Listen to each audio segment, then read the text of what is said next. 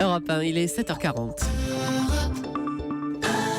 Thomas Soto. Le vrai faux de l'info de la matinale, Jean-Philippe Ballas, bonjour. Bonjour Thomas, bonjour à tous. Ce matin, discrimination et grandes écoles. Avec Nicolas Sarkozy, l'ex-président interrogé par David Pujadas dans l'émission Des paroles et des actes hier soir sur France 2. C'est pour cela que, président de la République, j'ai imposé les quotas dans les grandes écoles, notamment à Sciences Po, de jeunes venant de lycées de banlieue pour leur donner leur chance. Sciences Po l'avait fait bien avant. Non.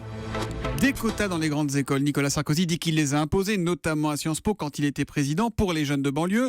Bon, on entend David Pujadas qui n'a pas l'air d'accord. Alors, vrai ou faux pour Nicolas Sarkozy ? Eh bien faux Thomas, en ce qui concerne Sciences Po, il faut parler d'un dispositif mis en place il y a 15 ans, en 2001, bien avant donc, comme le dit David Pujadas, bien avant l'arrivée de Nicolas Sarkozy à l'Élysée. Précisément, il s'agit ici des conventions éducation prioritaire. Le principe, apporter de la diversité parmi les étudiants. D'ailleurs, dans sa brochure, Sciences Po évoque une voie d'accès sélective destinée aux lycéens méritants issus des ZEP, l'éducation prioritaire. Donc, vous nous dites que Nicolas Sarkozy n'y est pour rien, en fait. Effectivement, celui qui a voulu ce dispositif, c'est Richard Descoings, ancien directeur de Sciences Po, aujourd'hui disparu, un personnage charismatique.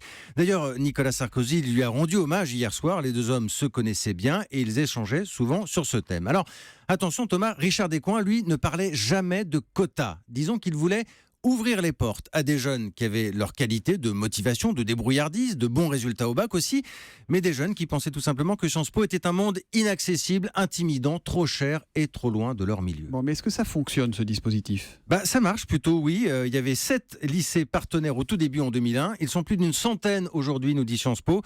Il faut rappeler malgré tout que Richard Descoings ne s'était pas fait que des amis avec son idée. Il y avait eu des réticences à l'époque, mais le système perdure. Et c'est bien normal parce que le talent n'est pas une question d'adresse, en tout cas pas d'adresse postale. Merci beaucoup, le vrai faux de l'info de la matinale. Jean-Philippe Ballas, tous les matins à 7h40 sur Europe 1. Lundi, Jean-Philippe. À lundi.